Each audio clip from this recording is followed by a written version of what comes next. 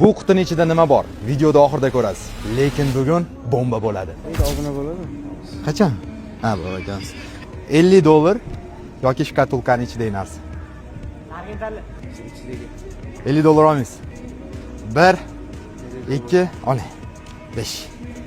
Ovni olganlar bormi? Qarang, bitta o'yin o'ynaymiz-da siz bilan. $100 yoki shkatulkaning ichidagi narsa. Uverinsiz. $150 yoki shkatulkaning ichidagi narsa.